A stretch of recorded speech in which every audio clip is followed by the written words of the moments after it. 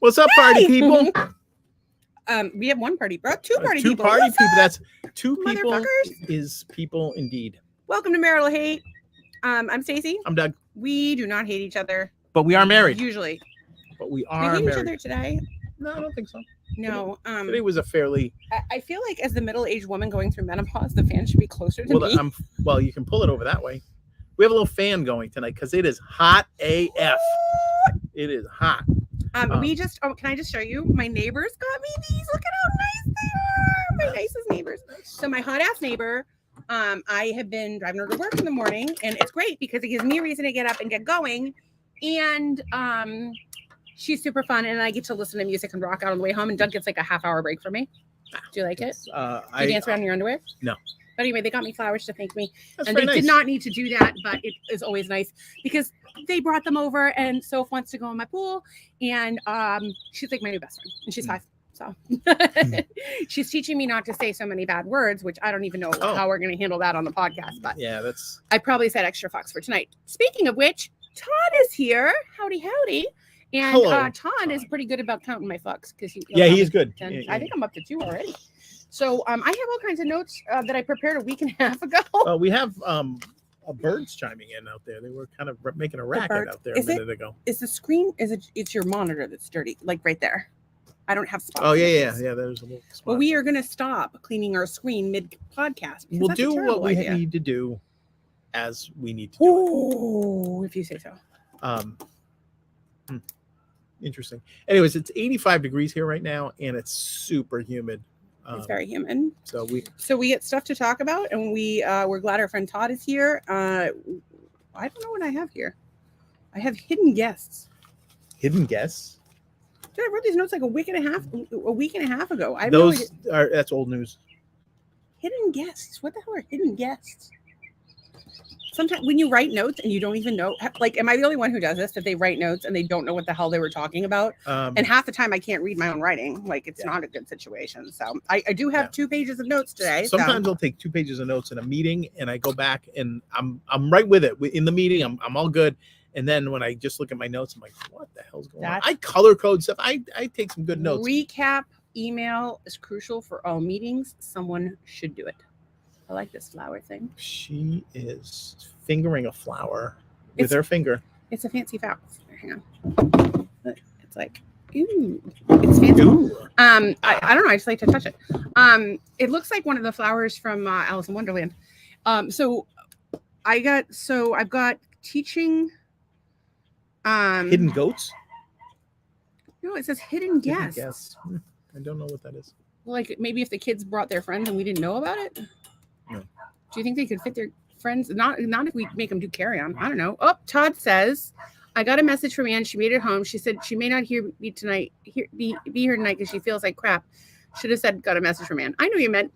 I hope she's feeling better. Our friend Ann had come to visit us, and she was a delightful guest. And then she went over to the West Coast and she got sick. So she's home to Boston, not actual Boston, but outside of Boston, in an undisclosed area, South Shore, surrounding area, and so she made it home.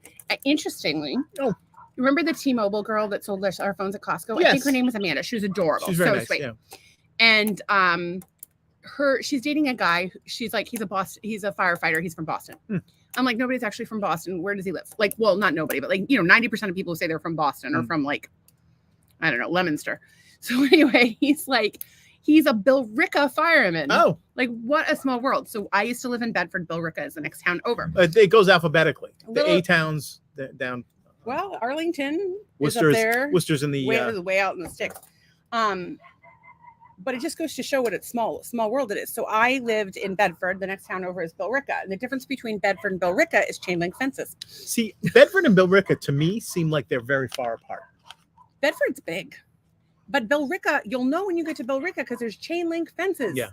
And raised ranches and above ground pools. It's actually spelled Billerica. That's what we used to say. Or Billerica. Our GPS would say Billerica. Billerica. So I always called Billerica Billerica to we make used it to sound set better. Our GPS on Korean, and that was time. Chowizen and Uwizen are left and right. Chowizen. I don't know which one's which. Yeah. But U-turn is the same in every language, Korean and English.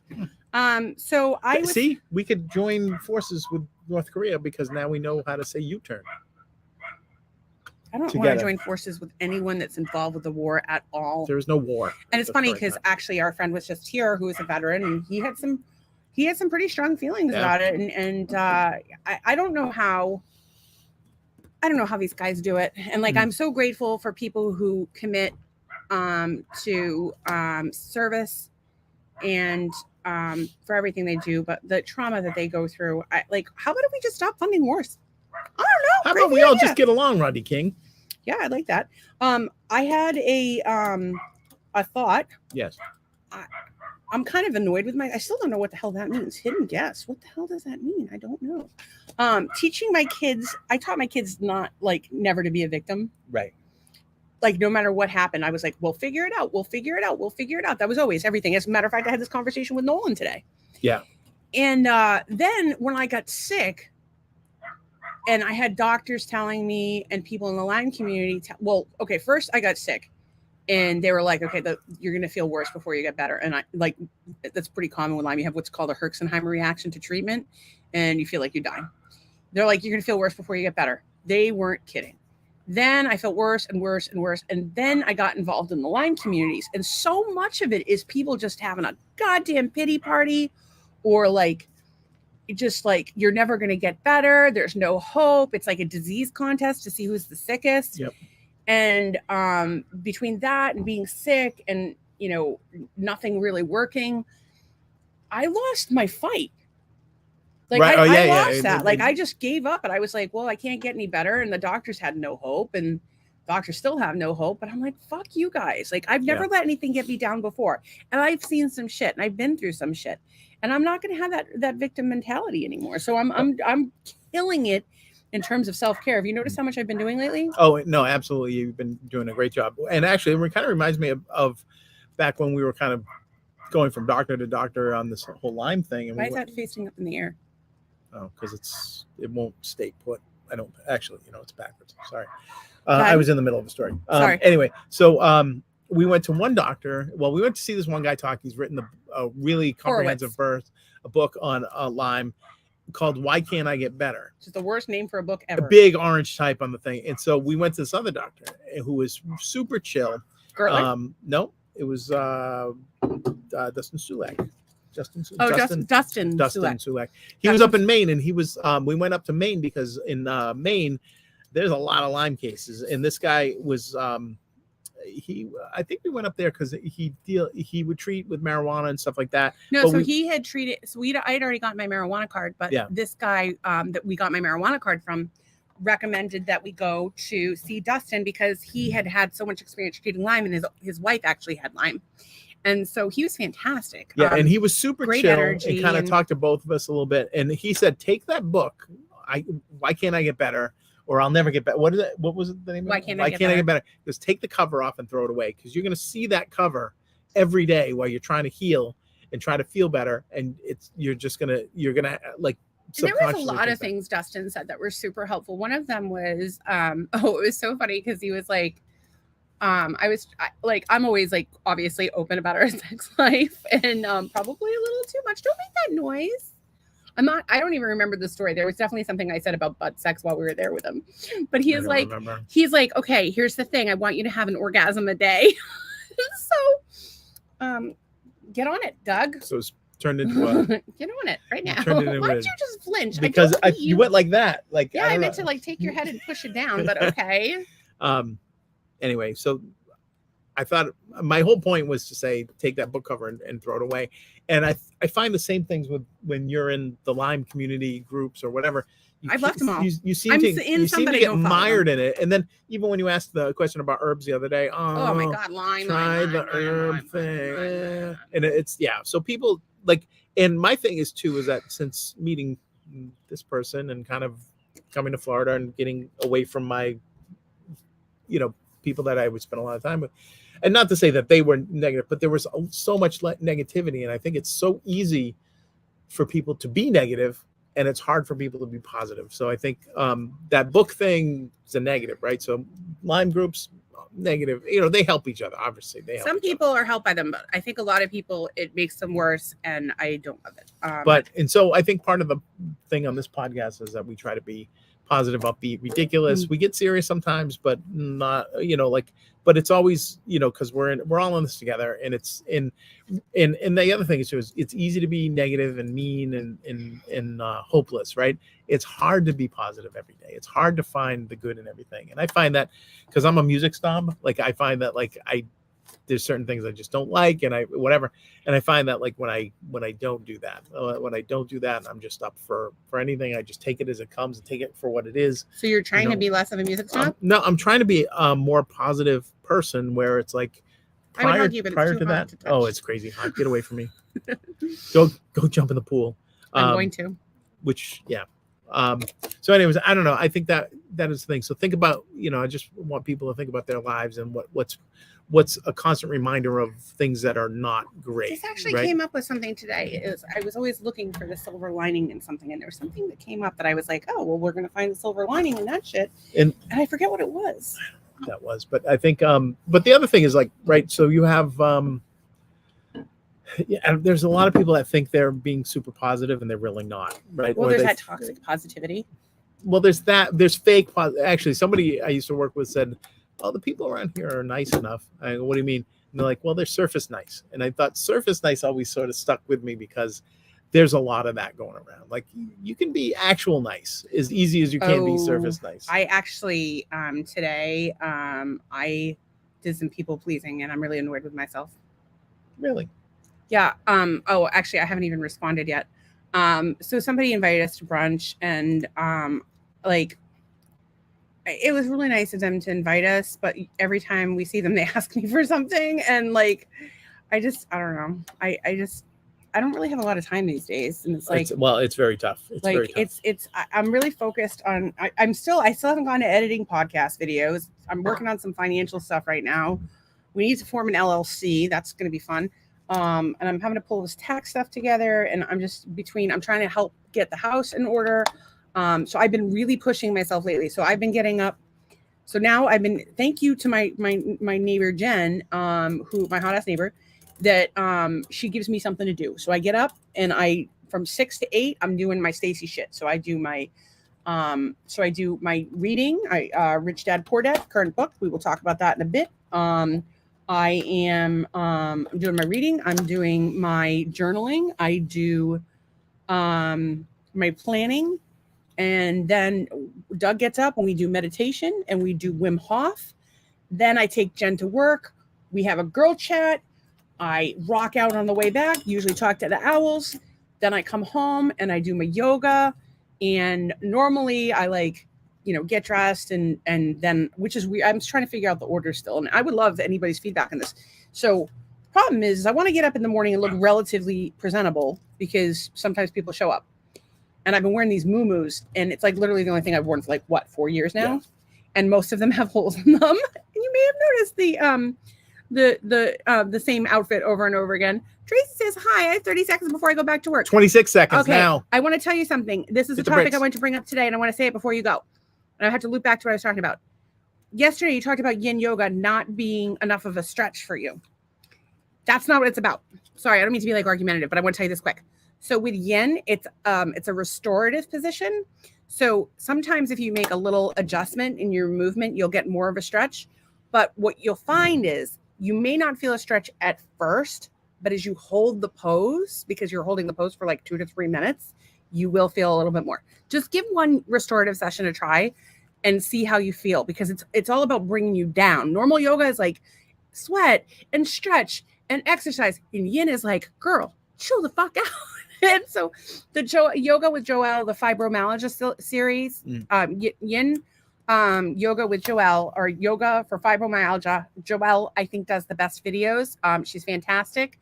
I'm telling you, it helps. I do it every day, and almost every day. And I did 30 minutes today. I did 30 minutes yesterday. I did the 30 minutes the day before that. Doug doesn't mind because I usually wear a dress and no panties. And he comes in, and I'm doing some sort of a thing, and he's... And there's stuff. A surprise. There's stuff. Sometimes I go, because that's what I like to do with my vagina. You do what you want to do with yours. Or your wife's, as the case may be. That's double the fun right there. I think so. I don't know if you're allowed to say that. Well, the 2 vaginas is double the fun. You don't work with her anymore. I guess you can call it vagina comments you want. This is my workplace. Let's face it, at your previous workplace, the HR department was lacking. Lacking? Well, yeah, there was some issues, but yeah. What were we talking about before I got going on this? Because I wanted to tell Tracy before I forgot. The fun was double good. The fun, right? Then you have to get one of those double-sided thingies. Thingies? Why don't you explain what a thingy is? I don't know why I'm saying thingy. Do you guys have? Oh my God, Tracy, please tell me. I need to shut up. Do you guys have one of those double-ended dongs? Does anybody ever actually use one of those? The only time I've ever seen, I've ever used one, I used one once. A double-headed? Let me tell you my story about how I used a double-headed dildo, or double. Okay, let me tell you about how I used it. I was at a sex toy party. Yeah. At my former spouse's boss's house. And it was like magic musical chairs, and you had to put it between your legs, wiggle it, and thrust it, and the next person had to catch it between their legs. I had to give it to my husband's boss. Okay. So in my case, the people that you have worked with in the past, I could see Manny and Kevin Manny would, doing this. Manny would be good. I don't know if we're ready for that one, but if you could picture me passing a thing to Manny, that would be good. I don't know why I'm not saying that sounds like the fact that you have work people at a sex toy party is weird. Well, because I was friends with his wife. She was a hoot. Her name, oh God, what was it? Leah, and she was Filipino. And they lived in base housing, and she had so many plants all over the yard that this thing made her pull them down. And she would make the best food, and she was such a good time. I loved her. She was amazing. All right, that story went to a better place than I was expecting it. Thank you very much. Because I just got to. You said you used one once. Yeah, you thought I did a sex thing with it. I don't know what the hell is going on. Okay, but what's weirder? Doing a sex thing with a double-sided dong, or thrusting your husband's boss with a double-sided dong? I think it would be better if I was like hanging out with Tracy and Becky and going to town with each other. Is that the other time that scissoring is good? I don't know. So there's epileptic. Nobody does scissoring. Let's be real. I know my dad thinks it's a thing. Nobody does that. You don't know nobody. You're not everybody. It's not a thing. But if you're going to scissor, researcher, get yourself an epileptic and a butt plug with a strobe light. That's one way. Or maybe perhaps the double-sided dong. And a can of Crisco. But I just can't okay, hear me out. This is what you do. Because if you're on a bed, how are you moving? It's not slippery. I don't know. A can of Crisco. No, what are you going to coat your bed in Crisco? Yes, you get a slip and slide. On your bed. Coat it with Crisco. How about coconut oil? But the two ladies run from each end of the bed, jump on, slip and slide into each other, and I'm doing this with my finger. That's terrible. What you think you do? There's got to be Crisco involved for it to be I don't think you do not use Crisco as lube. Use coconut oil, and then your husband has like a Pavlov dog response to anything that smells like coconut. Tracy says it is not a thing. Okay, but hear me out. Okay, if you guys want to come visit, I want you to come visit anyway. But one thing you could do is you could each get on one of the flamingos, and you could get, or we could do it. Am I allowed to do that? Who does these things? Okay, so 2 people on the flamingos, and you swim toward each other, but you got the double-sided thing, and you can go on the flamingo. Okay. What? I just Googled, can you use Crisco as a sexual lubricant? Do not use Crisco as a sexual I've been an OBGYN since 1976, and I have recommended Crisco to my patients as a vaginal lubricant for just about as long. And then the next one down goes, now that you're empowered with all this new lube knowledge, go grease up your slip and slide. Is that what we're calling that pussy? I just slip and slide? I just made that up with the slip and slide when the ladies run. I can't even. Don't use actual grease. And then it says Crisco is not safe as lubricant. I need to do more research. Coconut oil, motherfuckers. And it's tasty. Do you want to eat Crisco off of someone? No, but coconut oil, that's a common joy. Magic carpet rides are a thing, but that's a story for another day. Going back to work, you're leaving us hanging. All right, fine, go save the dogs. But listen, we're going to talk because you're going to need something better to do. So you can be with us. We're sorry. And you can be independently wealthy. We can all live in a cult together. Todd is laughing his head off. That's all that matters. I just pictured 2 ladies knocking each other out cold. That would happen. Probably has happened. Yeah. That would happen too. I just increased slip and slide sales by 30% though. I Thank you, Hasbro. Last time I went on a slip and slide, I practically broke my nose. Then I had the slip and slide for the kids, and they had all their friends come over, and they cut themselves. Oh. The side of the slip and slide cut all of these kids, and I sent home 20 bleeding children. It was ridiculous. And I'm like, Jen, send your kids over to play. She's never gonna let me know. Yeah. I don't have a slip and slide anymore. They'll be fine. Trace says, okay, lunch is over. I'll watch tonight when I get home. Bye, sweetheart. Love you. We'll continue this as much as we can without the knowledgeable input. Jen, look at my beautiful flowers. Thank you so much. I already told everybody else, but I don't know if you were here for that. Okay. Oh, and this is called a Dolfino. And my friend Sophie is going to borrow it because we're going to swim in the pool. But she says she can swim, so we'll see. Off the topic of double-sided dongs. Yes. I would like to move.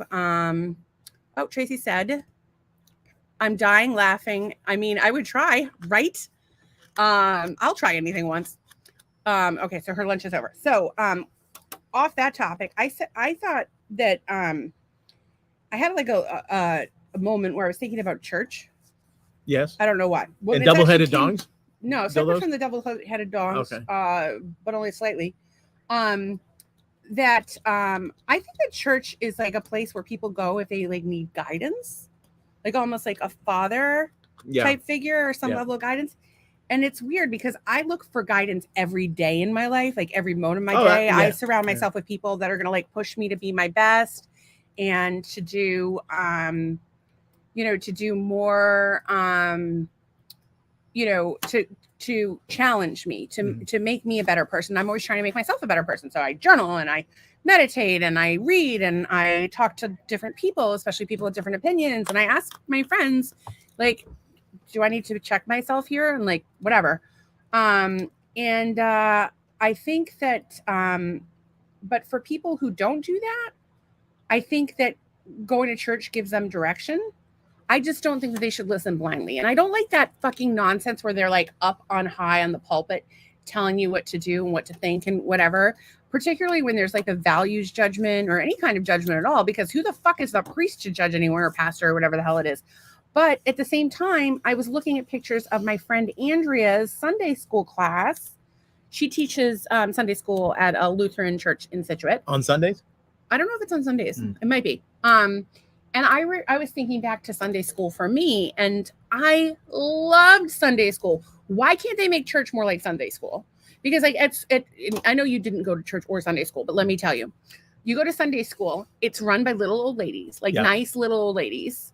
And my friend Andrea is a hot ass vixen, not a little old lady, but Mrs. Doobie was my teacher, and they were all little ladies that were the daughters of Isabel with my grandmother. How funny is that? Nice. My wife's teacher was named Mrs. Doobie. No coincidence there. So Mrs. Doobie was super nice, and I just remember we would learn and we would do crafts, and it was short enough that I could pay attention. It was engaging enough. I really liked it, and I wish that church was more like Sunday school, and I wish Andrea taught. But back to my previous thing that I was talking about how I'm trying to figure out the best way to do my morning routine. So I have a bunch of stuff I do before I'm driving Jen in, which I've only done twice. Whatever. But I love it because it gives me driving with Jen gives me time to hang out with another mom, although I'm not really a mom anymore. I think you guys should do a mobile podcast driving with Jen every morning. On the way. Oh my God. That would be fantastic. You wouldn't hear it because we're in the Jeep, no top. And I'm not taking the Volvo. Although, I don't know, if it keeps getting caught, we might have to. So anyway. I'm sorry, that's my Volvo. I don't like that thing. Oh. So anyway, what I'm trying to figure out is if I want to look presentable, but I also want to do my swimming and I also want to do my yoga. Well, yoga doesn't make me messy. It's just swimming. And then I have the podcast later. What order do I do things in? Because it's usually I don't swim until later in the day. Right. So what I've been doing, I get up, I drive Jen in a muumuu. I don't even put a bra on. And then I have been doing my stuff all day and then swimming and then coming out to the podcast. But I would like to get dressed. So it's do I get dressed, then take my clothes off and swim and then go back in, shower and put my makeup on again and get dressed again? Oh, I don't know. Or do I just bite the bullet and swim in the morning? Yeesh. I don't think there's any easy answer to this question. Or secret answer number 3, do I swim after the podcast? You did last night. I didn't swim. I just Yeah, you just float around. Got cool. But I think I didn't swim. Night. I didn't swim today, so I'm gonna have to do it tonight. Jen says it was Soph and Lenny. It was just so thoughtful. They did not need to do that. I really appreciate it. And they brought me another little surprise too. We're going to talk about that one. She can't swim. Please don't let her go. She thinks she can swim, but we're going to be swimming by the time she's like, give her a day. I'll have that kid swimming like a fish. And if Doug will ever let me teach him, he will be swimming like a fish too. He's working on it. Mrs. Doobie, it's all coming full circle. Doesn't everything come full circle? Jen also says, LOL, oh hell. I don't know what she's saying oh hell about, but clothes are so overrated. Okay, so Todd, I'm not sure if you could see anything on. So if you weren't here last night on the podcast, I may have taken all of my clothes off and gone in the pool. She may have left early. It was too hot. I might do that again tonight. It's hot as balls. So I just don't know if you could see anything. And I was going to put it up on the big TV so we could find out, but I was so addicted to shrinking. Not actually shrinking, but a show on Netflix Shrinking with Harrison Ford and Jason Segel.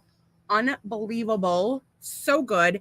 And Jefferson from Married with Children is in it. And Ted McGinley. Oh, yeah. Did you see that somebody died today? Treat Williams. I don't even know. I don't know who he is. I know the name. I know. But how am I supposed to expect to get up and do a podcast the following day that Treat Williams? Well, so I got the weirdest text this morning, and I was like, "Oh, okay." So this is the text I got. Oh my God, Treat Williams is dead. One of the lovelies gone 5 hours and 10 minutes later, covered in grief today for his son, wife, and daughter. And I'm like, who? I thought it was like a relative of her something, and it was Treat Williams because he posted that he was on mowing today. Wish I could borrow the scent. Apparently, he lives on a golf course. He lives in Vermont. Pictures. Yeah. So anyway, I didn't know who it was. Had to Google him. I had to look up to see what he was in. He's been in some stuff I've seen, but yeah, who the fuck knows what. I knew the name. I didn't know him from any roles. She says, at least I made her think she could conquer the world. Yeah, you want your kid to think that she can conquer the world. And I got to tell you, I've met your kid. She's going to conquer the world. Probably starting with me because we just do whatever the hell she wants. I just need to know, this is what I need to know is could you write down your family rules for us so that I follow the rules? Because I want to support your parenting as best I can. And maybe giving your kids Thin Mint pretzels while you're on a diet wasn't the way to do that. And Jen says 100%. Okay, can I tell you a story? My former neighbors, I always make friends with my neighbors. So there's the Mocks, the Kazianskis, and now the Lamels. I don't know if I'm saying your name right. Anyway, the Mocks, I had gone and bought like a dozen cupcakes, like bougie designer, like $5 a pop cupcakes. So I brought them over to their house and they're like, I was like, well, pick out half of the cupcakes for you guys and we'll take half home to my kids. And the kids were like, well, my mom's on a diet and my dad's a diabetic. So I'm a terrible friend. Just leave. I didn't mean to be. I gave the boys some cupcakes and then I learned that Chuck was a diabetic and I always made sure that we had diabetic friendly foods. What is the There's some crazy insect. Sounds like a. What is that? It sounds like a prank. Does anybody know what the fuck that is? It's like a cicada. Jeff, are you here? Steroids. You know what thing. Some of that thing. It's in that tree right there. What is it? Probably about the size of a bat. Making noise. Excuse me. What the hell is that noise? It stopped. It stopped. So maybe it's someone making a noise. Hey! It was over there before, and now it's over there. I don't know what it is. I don't know. I don't know. Cuban tree frog. Oh, see, I knew Jeff would know. He always knows. Is the Cuban tree frog the same as the buffalo toad, or is that different? Because the buffalo toad is a toad. A frog is a frog. I don't know. Come on. The buffalo cane toad, it's a hallucinogenic. Buffalo people pay big money. Toad. Come from America. I knew Jeff would know. He knows everything. I'm afraid to go to Ding Darling with him. He'll know all the animals, and I'll just be like, "Oh, I wish I knew all the animals down here. I don't know them. You don't know any it's of the driving animals. Me crazy. Like I see a bird, and what kind of bird is it? I don't know. It's a fancy bird. I want to say, So we have a Cuban tree frog. Cuban tree frog. So I realized something, that if you are not questioning things, this was like a little statement I wrote down for myself. If you are not questioning things, you are a fool. You are a fool. What are you, Abe Lincoln or and you Ben probably Franklin? Deserve what you get. Ignorance is not an attribute. Ignorance. I think that was in the Rich Dad Poor Dad book. I thought it was pretty interesting. And then the other thing I was thinking about is how, and you'll have to let me know, but do you see parts of your, what are you doing? You're looking up a Cuban tree. It's very cute. It has big eyes. It's so cute. Do you want to come? Oh, did we have some of those in the pool at one point? Oh, that might have been a Cuban tree frog we had in the pool. He was a very strange color. So good. Like he was almost like wearing khakis. The cane toad, or I think he means buffo toad, is a toxic toad. Cuban tree frogs are invasive but harmless. Before. So yeah, I guess people do they do buffo like for a hallucinogenic. Also, I went and had a like a little baby shaman did combo with me, which is also a frog poison, where they burnt you in 3 spots on your arm and then they rub the frog poison in, and you basically turn into a frog. Your face like swells up and you're like, you get all red, you get all swollen and hot, and you feel like crazy, but then you feel better. So my wife's like, hey, I'm gonna go do combo. You want to do it with me? I'm like, well, what's combo? Oh, it's frog poison. They burn your arm and then they put the frog poison on your arm and then you puke for like a half an hour and it comes out both ends. I'm good, thanks. Then I wanted you to do ayahuasca with me and you wouldn't do it. And I'm like, what's ayahuasca? Oh, it's this really nasty, foul smelling like goop tea from South America, and you drink it and then you have diarrhea and throw up for about an hour and then you trip balls. And I'm like, and you have to do this in a tent at some place. And I'm like, I'm good with that too. But it's fantastic with PTSD or depression, or for people with substance abuse issues. People find it to be a cure for addiction. And people find it to be like 20 years of therapy at a single usage. And they find it to be phenomenal for PTSD. I will say that it helped me tremendously with my PTSD. Jeff says, Jen had a barking tree frog and he was really cute. Like a pet? Or you just had one in your lanai? Is that like I'm gonna look him up and see if you're lying about the cuteness. Well, I don't think Jen would lie about cuteness. She seems to be the queen of cuteness. She's got the 2 cutest kids on the planet. I'm not gonna lie, because you have another kid. Because he's really fun for us.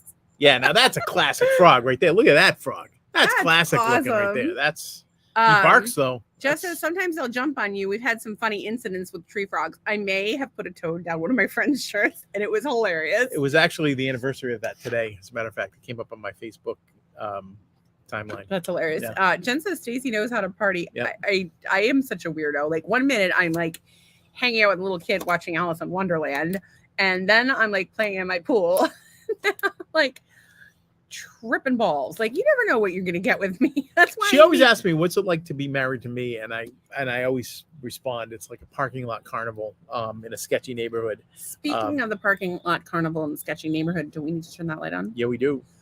So yeah, sometimes it's like a parking lot carnival in a sketchy neighborhood. I have to ask my friends, I'm like, what's it like to be friends with me? Because it's got to be even worse for them. They don't like, I don't do sex things for my friends. I mean, I'd consider it, but I'll be back. Where are you going? I'm turning that light So on. do you see yourself in other people is my point. Douglas. Yeah. Like, I can see myself in every other person that I encounter. Well, I can relate to everyone.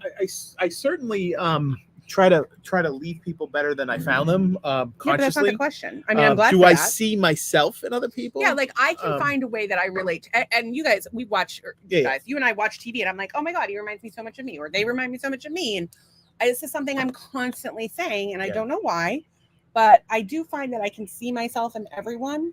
And I really do believe that we're all connected. And I think that like, it's important to realize that we're all connected. I mean, you don't go to Florida, Costco, buy a T-Mobile phone from a tatted up young lady who is dating a Billerica firefighter every day. No, you don't. Like, it's just, we're all connected in some loosely regarded way. I don't really, always try to relate to people on some common ground or to that effect. Which I think a lot of people don't. I think a lot of people are just so stuck in their own heads that they can't kind of do that. So, do I see other people? I find myself gravitating to people that are like more like-minded. So like in a certain way. I can find a relation to anyone in the world at any time. It's just me. And I think that's what keeps me from killing people. And today I had, oh my God, I can't even, this goddamn quantum thing. Oh, right. Yeah. Don't. Ooh, and I was not my happiest self today. Jen says her frog was a pet. So the quantum thing, we're back and forth with the, we're back and forth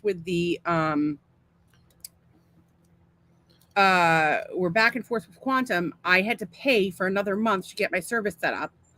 And then 2 days after I just paid my bill. And so they're supposed to give me 2 months credit and they have given me 1 and I'm not happy. Or I don't even think I've had any credit. So there's that. And so there's Donna has been honest about the Jack in the Box thing for quite some time. And there's a whole video about the Jack. Jack is back. So I don't know how to send this to you. I could open up my messenger, maybe. And I don't know how we do that, but well, hang on, people. We're open another window on your phone. Oh, I don't know. I don't know why I did that. Sorry, guys. When we're sharing stuff, it's kind of go to Facebook. Facebook. Okay. Hold on, folks. No, why wouldn't you just make a new tab? You have making a new tab. You see that you can just push that plus button? I could do that. Okay, so you're on Facebook. And so I'm going to send you this. Messenger. Oh, Todd just messaged me something. Doug here. Okay, so you should be able to open that. Boom. Click on it. Open it, and then we share this window. I don't really know what this video is, so go to the other tab. What are you doing? I'm trying to move this out of the way. You don't need to move it out of the way. Well, I need to get back to here, and then go present, share screen, window, boom. Okay, so now we're going to share this. You gotta turn the audio on.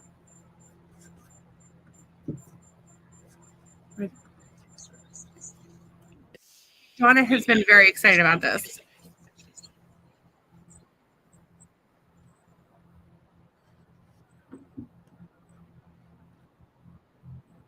So that's the head. That's all we know. So this is in a museum.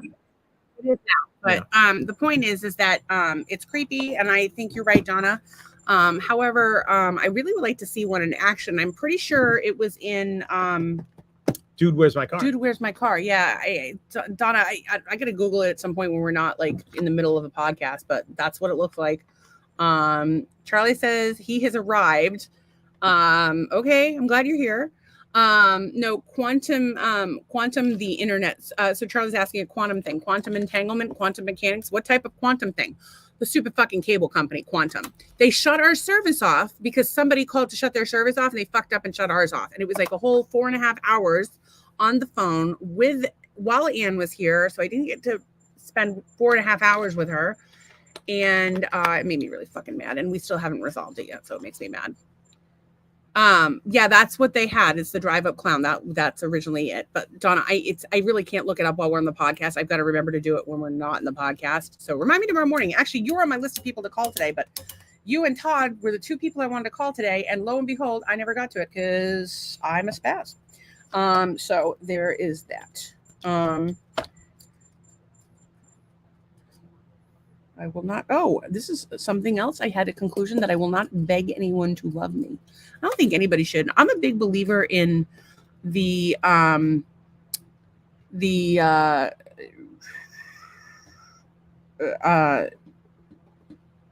unconditional love. Like that's what I do. I love people unconditionally, and that's a problem. It's been kind of a problem because people have taken advantage of me in the past. I'm trying to get better at setting boundaries. After I finish this book, that's my next book, is that one. Also, you and I talked about, we're always looking for ways to make a little cash. And I don't know how this came up, but we talked about maybe getting a tent and doing a live sex show at Brimfield. Why did we talk about that? What was the topic? Because you're always talking about sex. We love to go to Brimfield, and we figured maybe we could, make some money doing it. There you go. Donna says, just messing with you guys. Ronnie's with me, and he says, hi, Ronnie. We love him. He's very Do I sweet. know Ronnie? Oh, I don't think you've ever met him. Oh, no, you probably met him at the funeral. If y'all could say a prayer for my friend Donna, she has just had a ringer, and unfortunately she lost her son. She lost 2 sons, and it's been incredibly painful for her and her family. And it just goes to show, what really matters. And what really matters in life is the people that love you. And I'm very grateful to have Donna as somebody that loves me in my life. And she's, no matter how much pain she's been through and how much she's dealing with her own life, she's always been such a good friend to me. Well, and no one can make me laugh as hard as Donna. Well, I think that's why, because she's so caring, is because she's been through a lot of. Please love you. Donna says, please love me, Stacey. How can I not love you? How can I not love you? You're amazing. Charlie says, oh, that sucks. I had no idea. Yeah. It wasn't a good time. Unconditional love, only the way I have found that is through a dog. I'm sorry, you motherfucker. How long have we been friends? You don't think I love you unconditionally? I'm insulted. We are in a fight. I do. I love you unconditionally. Both of y'all. And Jen and Todd and Ronnie and Jeff and Lisa and Tracy and Becky. I didn't even talk to Becky yet, and I love her. I just love everybody. I got that from Sofa up the street. I love her. Actually, I love her. I'm still in a fight with Lenny because she was like, I love her. And he's like, she says that to everybody. And I'm like, shut up, Lenny. Let me have my moment. I have a little kid that loves me. And then I would like to say, Nolan had a quote about being positive. Oh, I said that. You guys are really positive. He said, you guys have a really you guys are a really positive something. It's a positive environment. That's what it was. But we talked about that yesterday, so I don't know what's wrong with me. I don't think you should be ashamed of your fears. I think that, some people are afraid to talk about things that they're afraid of or that they're struggling with. And I think rather than being ashamed of them, you should talk about them.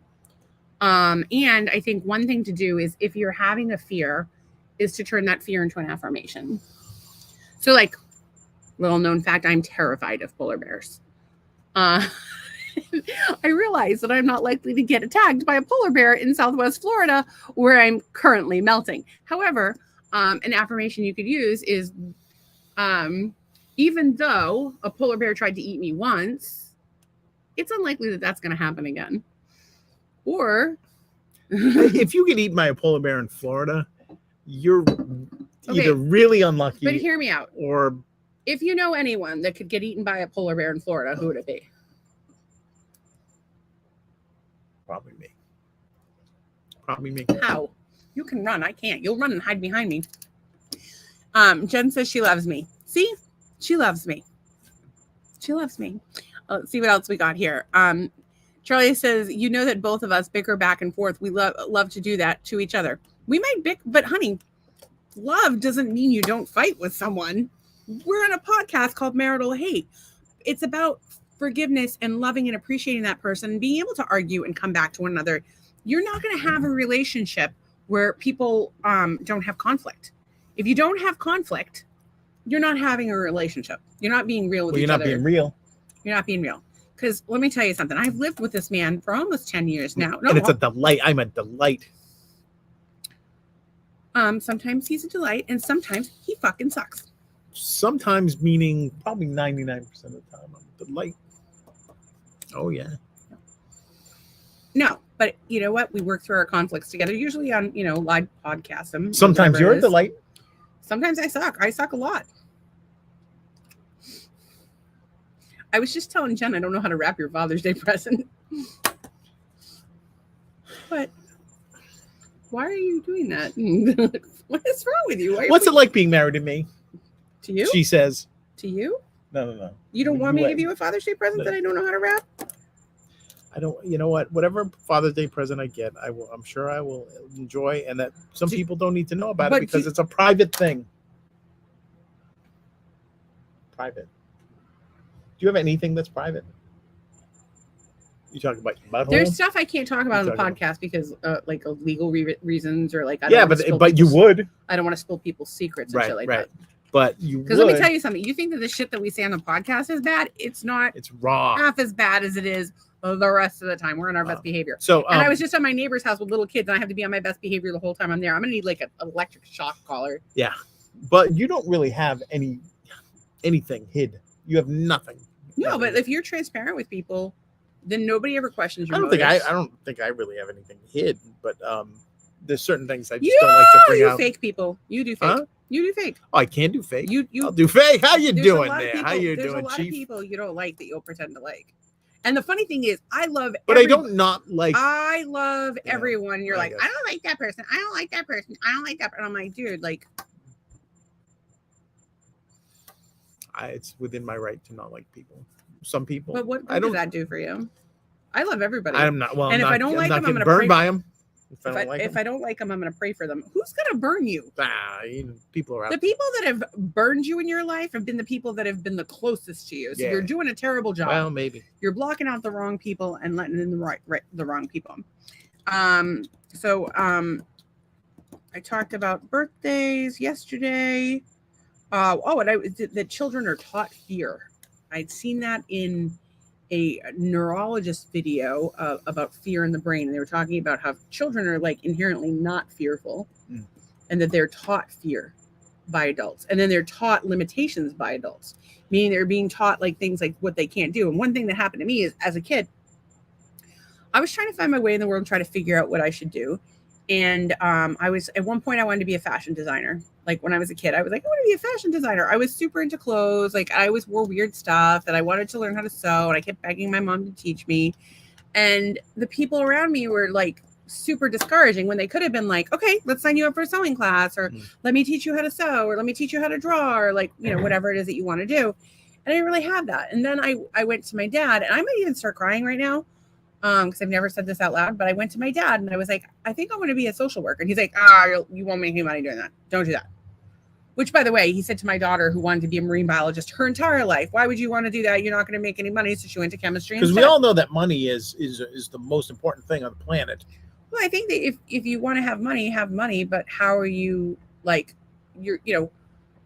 money comes and goes, but your life is your life. Like, what are you going to do with that time? If you don't enjoy what you're doing, it's just you're fucking just robbing sucks. I wouldn't yourself. do it. It doesn't matter how much money you have. Yeah, so I don't love that. And I had a natural gift for sales. I've had it my entire life, and it would have been good if somebody had been like, "Hey, let's get you into real estate.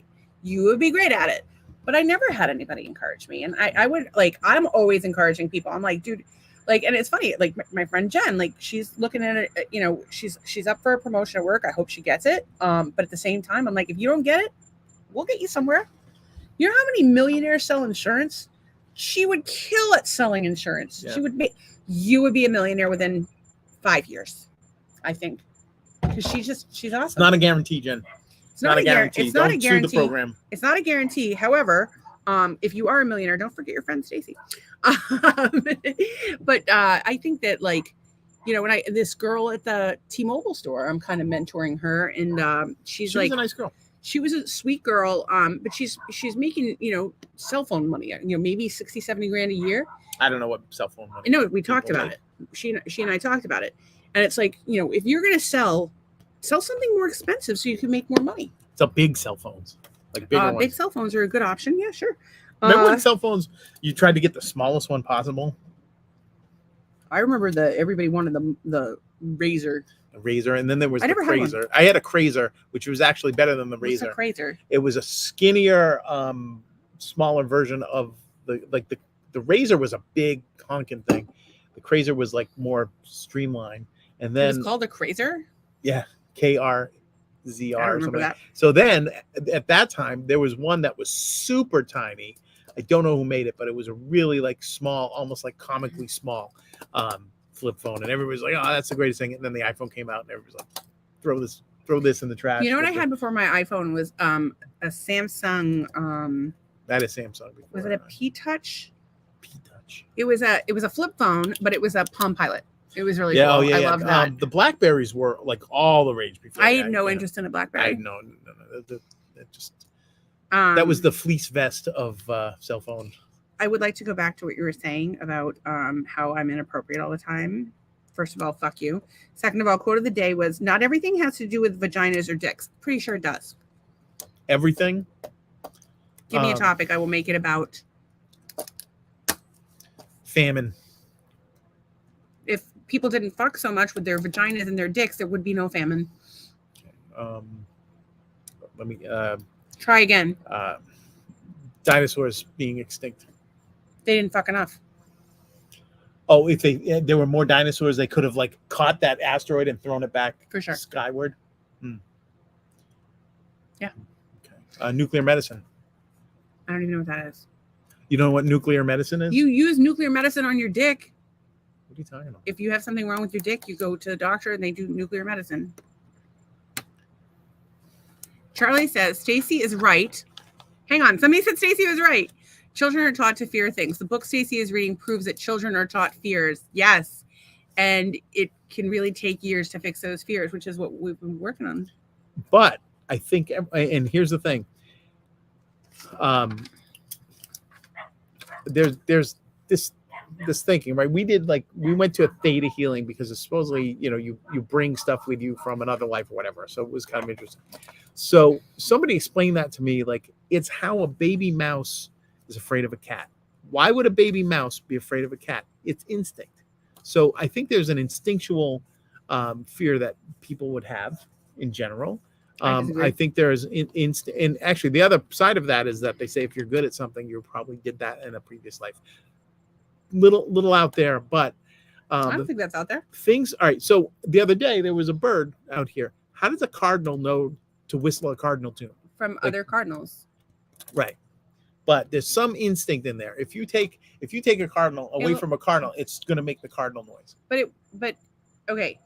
The mother cardinal sat on those eggs until they hatched. Right. And the cardinal was singing the whole time. So they were learning that entire time. They were learning while they were in the egg, you're saying? Yes.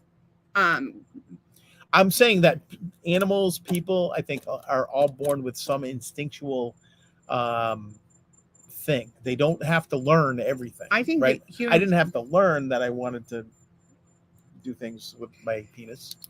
Yeah, but that's like the basic drive is to procreate and eat, and we have certain animal instincts. Jen says, I laughed at the newer Samsung that laughs phone that folds in half, since we basically went back to a flip phone and pretended it was a new thing. I will say there is value in a flip phone in the sense that you're not constantly hang up on somebody. We can have that rage shut as opposed to the raise and then button. Yeah. I think we spend too much time on our phones, right? So if that makes people spend less time on their phones, then great. We actually, as a family, we all shared our screens, our screen time on Sunday, and we're all trying to cut back our screen time. I don't know if this is cheating, but I actually shut my phone off from 10 p.m. to 8 a.m. I've been doing very little screen time. I've been so busy. I've been doing screen time in productive ways, like financial management and research and shit like that, but not my screen time is high because I got that porn addiction. You don't have a porn addiction. It's actually really sad. Although I do listen to podcasts, and I listen to boring podcasts that put me to sleep at night, and so my phone is usually on. Why can't you meditate with me as we go to sleep? Oh my God, I don't need to meditate every 5 minutes. I need to just do something that is fun. You can do fun things, and I know you were doing. I like to learn things. Because you were looking at fucking guitars on eBay and sending me shit on Facebook. So, my life is so hard. I'm suggesting that by listening to a meditation at night, you'd get better sleep and you'd get some meditation in your sleep. You're asleep the whole time. What does it fucking matter? I'm not sleeping with your meditation music or you're going to be positive tomorrow. And I'm like, who's talking? Kept me up all night. Okay, so last night it was just music. Did that keep you up? A little. But you're quiet. But the podcast you're listening to puts me to sleep, and then when your AirPods with all the noise and shit and the ads. Once I'm sleeping, I'm good. Do you want me to sleep in the guest room? Maybe. Can you make the bed? No, I will. Nah, I'm not making a bed. So I at least have one night of your nonsense. Suck it up, Buttercup. My allergies are wicked. I don't have COVID. I promise. So I said I was going to do chapter 2 tonight. Rich Dad, Poor Dad. So I'm going to give you guys the cliff notes so you don't have to read the fucking book. An asset puts money in my pocket. A liability takes money out of my pocket. That's the difference, kids. We're just going to sum that shit up. The quote that mirrors what his rich dad told him is, the illiterate of the 21st century will not be those who cannot read and write, but those who cannot learn, unlearn, and relearn. And of course, we talked about some of the financial habits, one of which being that people have their house as their biggest asset, and house is really not an asset unless you sell it. It's a liability. Well, that education part, that learning thing, reminds me of Homer Simpson, who once took a wine tasting class and forgot how to drive. Well, that's probably good because you shouldn't drink and drive. Comedy. That's good comedy right there. I also think that one of the things that's interesting about Rich Dad, Poor Dad is that they basically talk about how you have to treat wealth like you're playing a game. And I've kind of been doing that myself. Something's going on. Something's going on over there. There's a helicopter overhead. Oh my God, the police are coming. Probably. Oh, I did go through this chapter last night. I thought I went through. Did I go through it a little bit? That's probably DeSantis looking for liberals. hanging out. Yeah, I don't like when you do that because it adds to the divisiveness. I thought I was trying to be funny. I think Maybe, it's funny seeing the governor flying over a neighborhood. Maybe, but people are like seriously like, oh, this is so terrible. That's so terrible. And it's like they grab headlines or sound bits and they turn into this mega negative thing. And like, I don't think that the state of our country's in right now is funny at all. Do you? I think it's probably more society than our country, to believe it or not. So it's actually funny. The German guy that we talked to said that it's society as well. I think that, of course, we've got to talk about global issues, but I think that what's happening politically in this country is very concerning to me. But what's more concerning is that it's impossible to get actual news anymore. And like, it's impossible to know, like, and everybody, not everybody, but the vast majority of people will read a headline and not do any further research. And I make a point of researching from multiple articles and different perspectives. There's been stuff that I've been super interested in learning, and you just find garbage about it. You don't find anything of substance. I mean, like, one of the things like we found out was I was in Sanibel and a lot of the restaurants were closed, and it was the kitchen staff was protesting this immigration law. And I was like, I didn't even know what they were talking about. Well, come to find out, what they're protesting is that in Florida, if you hire illegals, it is a felony charge now. So like, people were pissed that they were going after the illegals. And now what they're doing is going after the people that are employing the illegals. And they're not happy with that. And like, don't get me wrong, like, I want everybody to have a home and be safe. But, there's a lot of people wanting to come to the United States that can't. And there's a lot of, our infrastructure is just can't support the amount of people that are coming across the border, A, and B, why are we not fixing the problems? Well, why are people not fixing the problems in their own country? Because it's like we're our house is a mess, but we're going to take on other people's fucking problems. You just can't do that. Like, I want to be kind and compassionate to everyone, but I also feel like we need to do something differently, and this is just not fucking working. I talked to a guy today. How about a path to citizenship through service to the country? Meaning, it could be military service, it could be volunteer work. Like, how about that? Potentially, yeah. I think there should be a path. I think the thing that scares me right now is the massive homeless problem. I talked to a guy today, makes good money, works for a good company. He lives in Leominster, Mass. They're looking at $2,000 for a 1-bedroom apartment in Leominster. And so, and that's ridiculous. And not saying that I've never even been to Leominster. I don't know if it's good or bad, but it's not like a hotbed of business or whatever. I also think where I live is shitty. So there you go. Go ahead. Anyway, so yeah, and so I seen an article the other day as well about like the people camping out and not being able to afford. Like something's got to give in it, and I think this is all sort of the fallout of. Well, it's interesting you should say that, because Elon Musk has done these Tesla homes, and they're going to be like $15,000, and they're really cute. I mean, they're small, but they have everything you need, which is great. But then you're going to have some guy who owns a bunch of land who's going to find a way to make money out of this and bilk the government some more, and and that's pessimistic. But it happens every time with this stuff. Even every time you have something that's positive. Super pessimistic, and I don't why you always look for the negative. Well, I'm not, but it happens every time. But there are affordable but that is so negative. You're like, I think it's great. Yeah, I'm not being negative. It happens every fucking time. Like, let's look for I am in my life looking for the silver lining in every situation. Here you are, like not. And as Charlie just pointed out, he loves watching us bicker. I don't know why, but he finds it strangely satisfying. I get frustrated with it.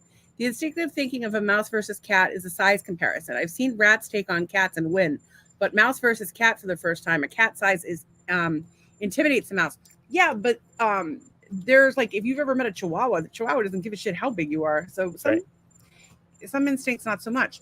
But to what you were saying about, why do you have to look for the negative in everything? That just drives me crazy. It's like, how about they've designed some affordable houses that come ready to go, that's fantastic. Which is a fantastic thing. And here we have my friend Todd, who's looking to buy a big piece of land. Yeah. And to be able to provide housing for veterans and the disabled and stuff. Yeah. And if he made money on that, how would that be a bad thing? I'm not saying that Todd would make money on it. I'm saying if he made money on it, how would that be a bad thing? It wouldn't be a bad thing if you heard what I said. I did hear what you said. Somebody's going to bilk the government and make money and victimize people that are. Yeah, but you're making a lot of assumptions. And it's we make assumptions not about the government, but we make them about private citizens.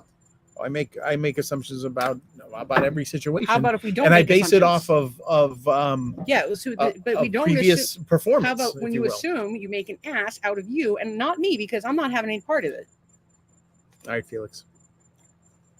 Well, but you started out this podcast tonight talking about how you're trying to be more positive. I'm just saying there needs to be a fundamental change in the greed of society to make that work. And until that happens, the same crap, it's that definition of insanity that you always talk about, doing the same thing over and over and expecting a different result. I disagree with you. I think that if you continue to see the negative in all situations, you'll continue to have negative in your life. And I choose to see the positive in situations. And I try, when I see something negative, I say, well, what can I do about that? If I can do something about it, I do something about it. And I have a massive impact on the world every fucking day. And I'm proud of what I do. And how I have the biggest impact on the world is bringing positivity to people. So if somebody wants to provide affordable housing and they're going to take that risk and they're going to put money into it, they deserve to profit from that. Okay. Do I think that people should do unscrupulous things? Of course not.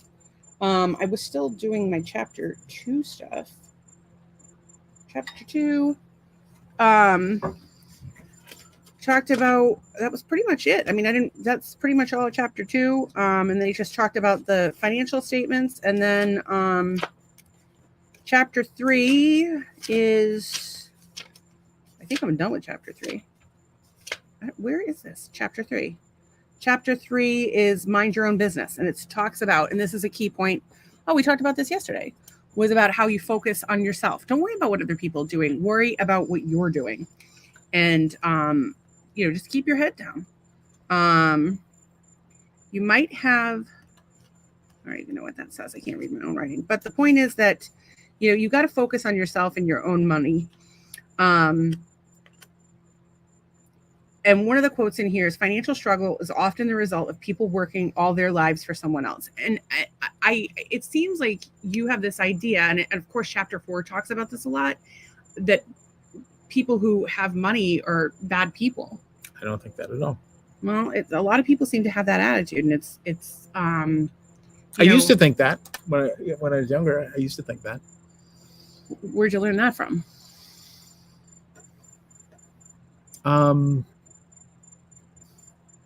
Probably my mom, to be honest. Okay, well, there you go. We talk about unlearning ideas, because we know a lot of people who have lots of money. They're incredible. And also, I'm not going to judge someone based on the skin color, their religion, who they fuck, or how much money they have. Like, I'm going to judge them on I'm not even going to judge them. I'm going to, like, if I meet someone and they're not for me, I'm going to release them with love. Probably pray for them and say, you're not for me, but love you. Bye. Good luck. But I'm not, I can't, who the hell am I to judge? I don't know their whole situation. I don't know their lives. I don't know why they are the way they are. And one of the things he talks about here is net worth not being an accurate measure of your wealth. Because when you talk about selling your assets, you get pennies on the dollar for them. And that's not an accurate representation of what you have. It's really got to be about the revenue. Well, it's not a reflection of who you are as a person. Certainly not a reflection of who you are as a person, but it's what we're talking about is specifically the difference between the wealthy and the poor. And what they're saying is that you need to focus on yourself and what you're doing, not worry about what other people are doing. And if you want to know if you're wealthy or not, don't just look at the numbers. You've got to look at, like, so say I have an asset that produces money, the regular revenue, that the value of that asset sold is different than the ongoing income that comes in. So they talked about the different, invest at real assets that you can, within all these categories. And of course, it's businesses that do not require any presence, but are managed or run by other people. If I have to work there, it's not a business. It becomes my job. So he wants it to be an investment where he's not working there. Stocks, bonds, income generating real estate, notes, meaning IOUs. I think I'm going to be a loan shark. That might be fun. Loan shark. Royalties from intellectual property such as music, scripts, and patents. If he ever finishes this record, I'll be really fucking happy. How much longer do you have on the record? I haven't been able to work on it recently.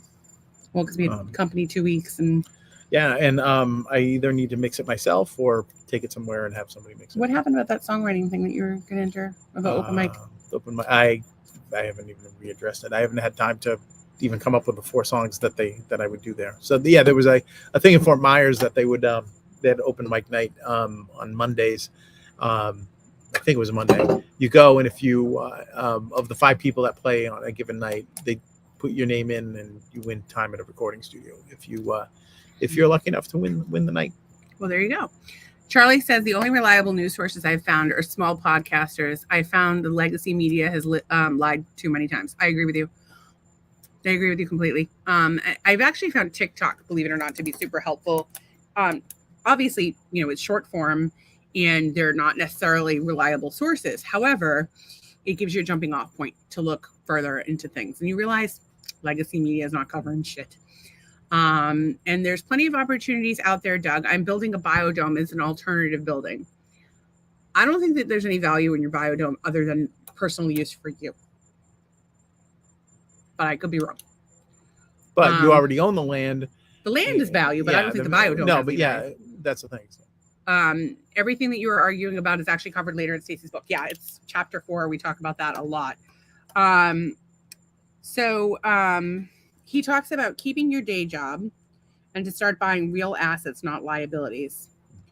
And then he also talks about he likes to invest in small companies, and he only invests in things that he loves, because if you don't love it, you will not take care of it. And as an entrepreneur, he feels that it's important to have passion for what you do, and I completely agree. So he likes to start companies and not running them, which is interesting, because I know a lot of people that do this, like especially in the tech space. People will start a company, they'll build it up, sell it. Start a company, build it up, sell it. They're serial entrepreneurs, and I think it's fantastic. And it's perfect for people with ADHD. Well, I mean, that's the thrill of the hunt, right? You have the idea, you build it, proof of concept, and then you sell it and you make money, and then you're like, hey, that was fun, let's do it again. And the good part about that is every time they make a company, they need somebody to brand it. Yeah, so that gives you work. This guy talks about his real estate strategy is where he buys properties and trades them up for bigger properties. So he doesn't realize a gain and he just gets a bigger property, which is a bigger asset. And he generally doesn't hold real estate for more than 7 years. Then he talks about how 9 out of 10 companies fail in 5 years, which is concerning. However, if you're doing a business, owls are back. If you have a business that you're doing in addition to your regular job, there's a lot of expenses that you can put into your business and get a tax write-off for those things. So even if the business fails, you could be in a better tax position for your risk. And that's why people take risks and they use the tax code so that, the tax code is written so as to encourage entrepreneurship and therefore the growth of the economy and create jobs and so forth. And so that's why the code is written the way it is. But it's interesting because this was something that was covered, is that taxes were not like a thing. Actually, it's the next chapter. Taxes weren't a thing for like a long time in the United States and England. They were just occasionally like, hey, we need everybody to chip in. We're having a war. And they did. As a matter of fact, during the Civil War, that happened in the United States. But generally speaking, there weren't taxes. And then it was like, oh, well, we're just going to tax the rich. And then the rich found a way to not pay taxes, which was through starting businesses. And of course, the poor couldn't play. And next chapter, we'll get there tomorrow. So anyway, the other thing he talks about is how rich people buy luxuries last while poor and middle class buy them first. And that's pretty much it. So tomorrow is chapter 4. And I have already read up to that point. So anyway, if you're interested in reading Rich Dad, Poor Dad, we are already on, I have finished chapter 4, but we're going to talk about it tomorrow. And we're going to try to continue to learn and I don't know, and like try to be better a little bit every day. And I'm going to force everybody to learn something whether they want to or not. Stacy and Doug, both of you are richer than I am. You both have raised children. That is a greater level of wealth than money. Charlie, you could have a child if you wanted to have a child. But I think that and of course you could be a stepdad if you didn't want to be a dad. And this is really the first time I've heard you talk about kids. So that's interesting. I just had a mental picture of a lady from the adoption agency coming in with her clipboard. So you live here in the dome. Where would the child sleep? Like, I can imagine that, like from from first a movie. Of all, he wouldn't necessarily need to have an adoption lady, but I think Charlie would be a great dad. I think he would be. He's very patient. He's very methodical, and he does his own thing, and he's very intelligent. He's very intelligent. So I think he would be a great dad. And so, yeah, we did have kids, and there were great things about that. And then there's some things that have been struggles about it, particularly because we're divorced.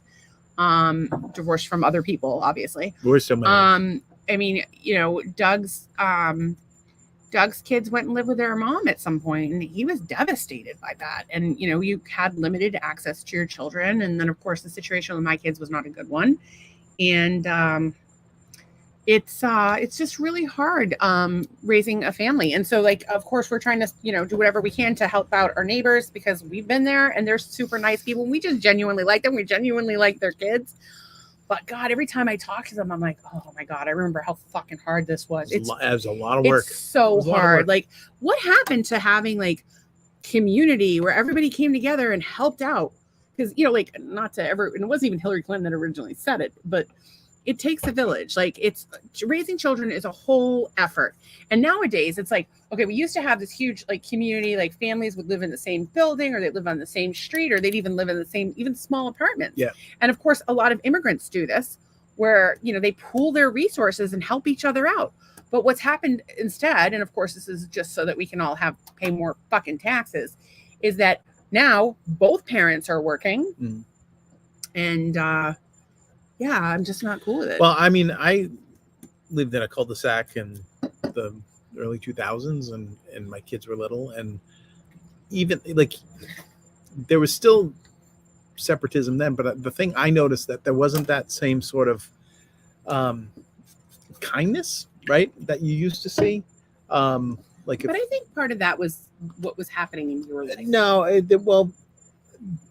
but my thing is that if you're a good person, you're a good person, right? If you're a good, you see a kid having a hard time or trying to keep up with the other kids, maybe get in there and help them or whatever. So you don't just ignore them. So you had a bad experience with a neighbor, and in your mind, that just turned the entire neighborhood. All right, I'm not talking tonight. I'm too negative. I'm negative. What I'm saying is I observed some people that were like at some point, I think people lost their way because there wasn't a sense of community. People forgot how to be community, and everybody was just so territorial about their stupid, home and their own kids, and they lost that they were part of a community. But the reason why we lose community is because people are judging one another instead of being warm and offering to help their neighbors and being kind. And so I'm saying that your judgment of people is part of the problem. Okay. I'm done here. Because I'm done. I don't want to talk anymore. How is that a personal attack on you? Everything I've said tonight, I'm either being too negative. I don't Well, you get to have an opinion. But hang out. I'm not. I had something to offer about a neighborhood thing that I noticed that people sort of lost their ability to have a community or lost their ability to be a kind person. What you said, but I don't. My negativity brings the whole thing. But I think that if you go into a situation or live in a situation where you're in a negative place, and I think that you were in a negative place in that neighborhood, right? Am I wrong? I'm not talking about myself right now. I'm talking about what I witness in other people. Somebody's playing in my yard and they fall down and they hurt their knee. I'm going to go help them. I'm going to go help them and aid them in whatever way I can. And that wasn't the specific thing I'm talking about, but it was very similar. People lost their compassion, and but it's somewhere. And maybe it was just this neighborhood. Maybe I'm obviously there's good. But there was 20 houses in that neighborhood. Yeah, and you had a bad experience with one person. No, I had multiple bad experiences with different. So you think everyone in the neighborhood was terrible? It's not what that's about. I'm not saying that those people. I'm trying to understand what you're saying, and I'm asking you. I am saying that I witnessed things when my kids were growing up that the people seem to have lost compassion for one another. I've heard what you said, but I'm trying to understand it. Explaining it to me the same way is not helping me to understand it. And I want to understand where you're coming from. But I also would like for you to understand where I'm coming from. And where I'm coming from is that I feel like that if you're looking for the negative in any situation, or you have a negative experience and you can't shake that negativity, right? Like, so if somebody, obviously, when Wesley was younger, it was harder for him to make friends because he was autistic. And of course that, on the autism spectrum, that of course Doug is very protective, as he should be. And there were definitely people who didn't understand what Wesley was going through or what their family was going through and were at times unkind. And that was not okay. But I think when something like that happens, where someone's cruel to our child or they don't do what we would do in a situation, it's very easy for us to come to a place where we're like, I judge you. Whereas I think that that it's also, well, understand, maybe they don't understand autism. Maybe they don't understand what that's like. And you could get mad and be like, oh, I hate everybody in my neighborhood. And I'm not saying that's not what you're doing. I'm not saying that's what you're doing, but I'm saying you could get mad, or you could try to educate them. And yes, not everyone's for you. Release them with love. But what I'm sensing in this conversation is that you're still really hurt by that. I'm disappointed by people not having compassion and just human nature. Like it disgusts me that people don't want to put out kindness into the world, especially when it involves kids. Some people in the world that don't want to put out kindness, and there's some people in this world that are assholes. But I think most people want to be good and kind and want to come together. I mean, listen, it's just a stupid thing. It helps me to drive Jen in more than it helps that family, right? But they appreciate it so much. And I'm like, are you fucking kidding me? Like, this is what you're supposed to do for your neighbors. Yeah. This is what you're supposed to do. And they're like bringing me flowers and like so nice. And so it's like, she loves me. Which is also like, are you kidding me? Like, we should all be coming together and supporting one another. And to your point, like there are people in this world that are fucking assholes.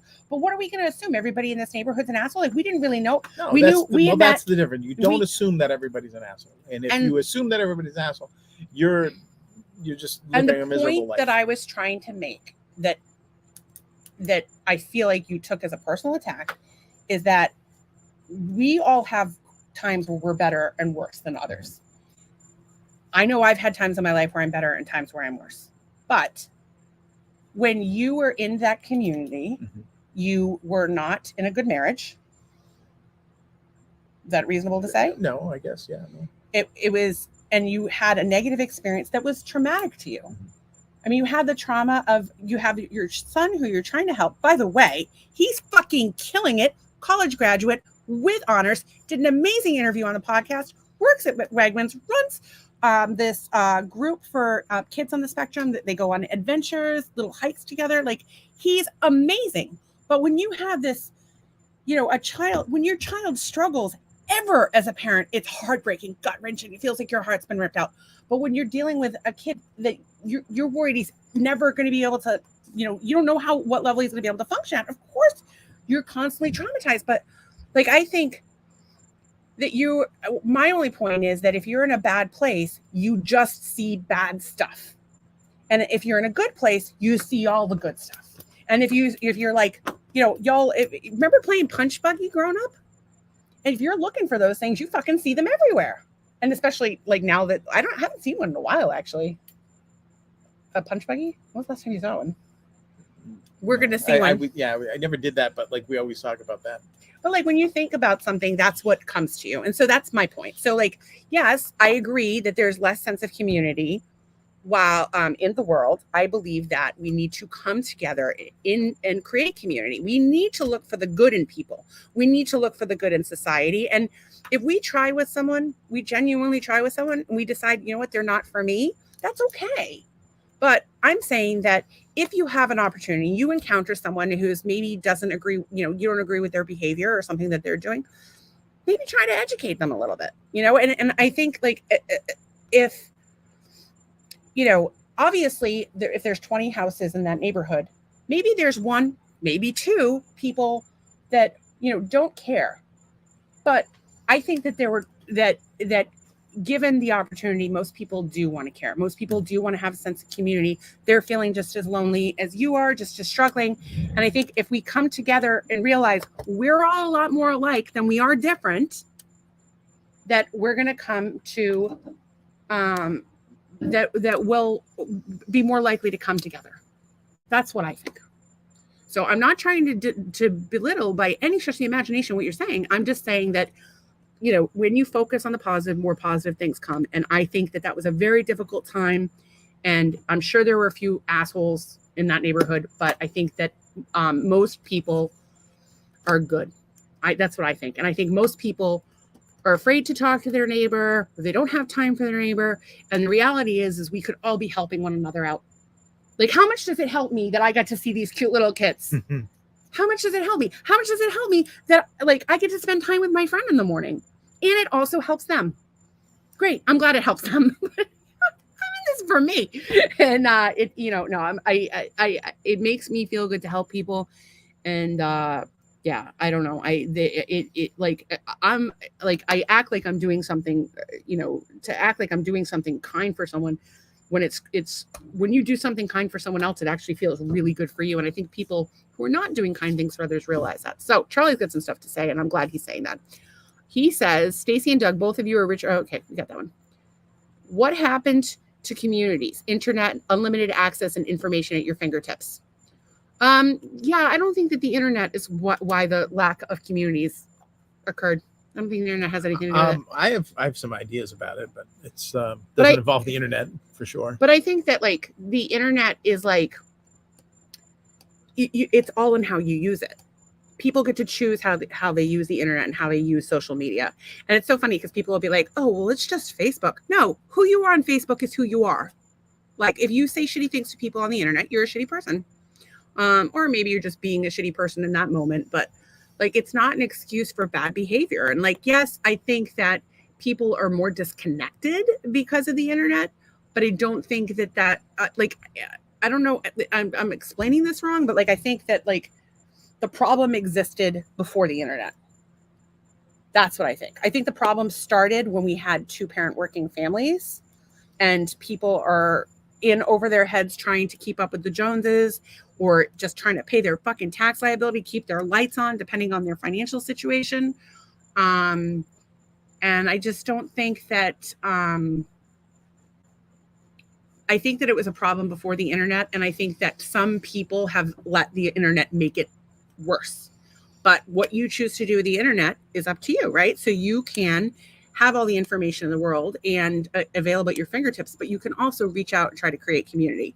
And sure, I get frustrated with people on the internet, just like I get frustrated with people in real life, but I try to do things with, I try to do things in a way that is positive. So we're trying to unite people here, trying to, have a positive influence on the world. I run RX for Laughter, which is all jokes, Zen AF, which is all like spiritual stuff. I've helped people around the world, particularly when it comes to Lyme disease. So I think you can use it either way. It's just what you choose to do with it. It's a double-edged sword, as it were. Jen says, true story, you've been a tremendous help in so many ways. No, let me tell you, you guys have helped me more than I will ever help you. You could drop those kids off here for the next 10 years and it would still help me more than I've ever helped you. P.S. I don't have any money to send them to college and I'll probably be exhausted every day. We'll make it work. If we're drop them off for 20 years, we'll take them. And Jen says, I feel like social media has given people the feeling they are right to say whatever they want to people, and it's developed a common hatred of others. You know what? I think that you have a point, but I want people to say whatever they want, but also respect other people, respect their right to say whatever they want, and maybe communicate it in, you want to communicate in effective, respectful, and intelligent manner. And like, I think that we started to go off the rails today, but we were able to pull it together. Yeah, somewhat. And somewhat. Do you feel like we're not pulled together? Are we in a fight? We've moved on. Are we in a fight? We've moved on. Are we in a fight? Well, it was, no, I don't think we're in a fight. Oh, I'm asking. A fight. All right.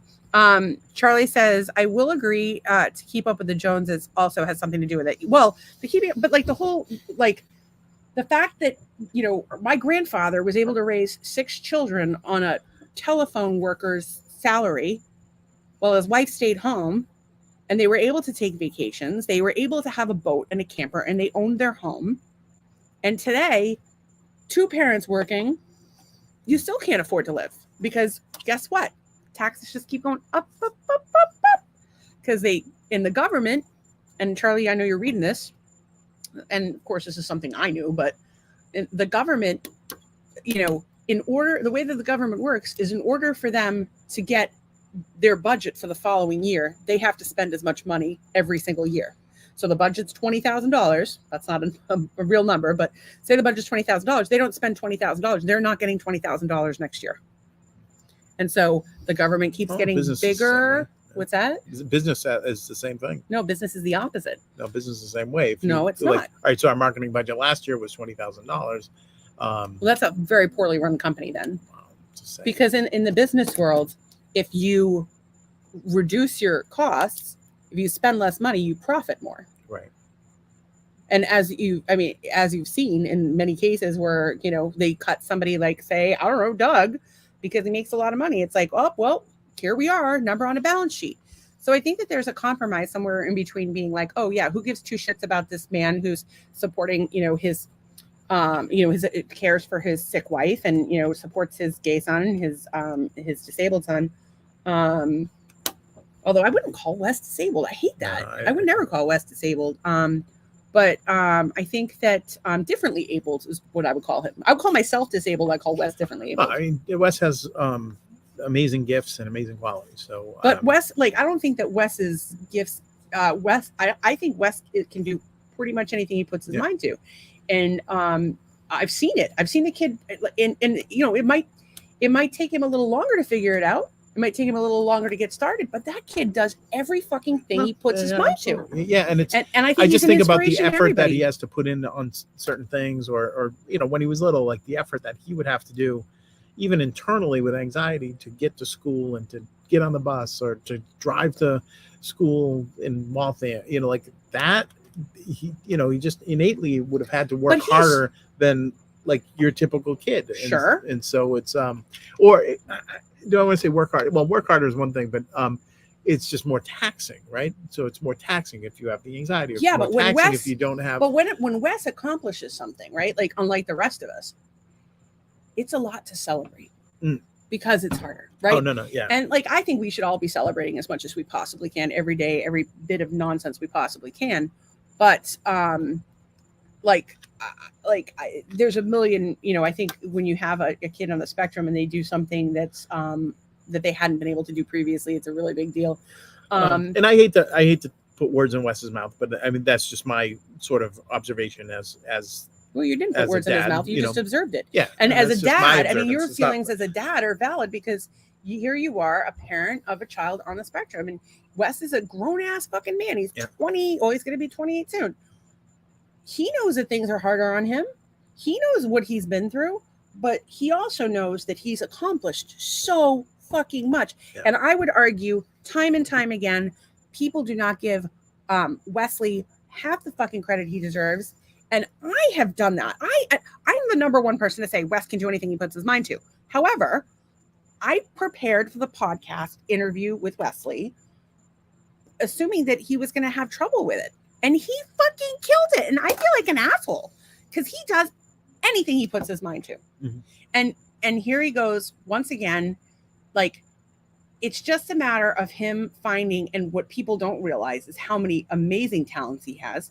Just him finding the right spot for him and his, and that's true for, but that's the thing is, it's not just true for people that are on the spectrum. It's true for everybody. Yeah. We all have to find our spot. And maybe it's worse for people that are neurotypical because there is that pressure to be a certain thing. To be a certain thing. Yeah, it takes the pressure off.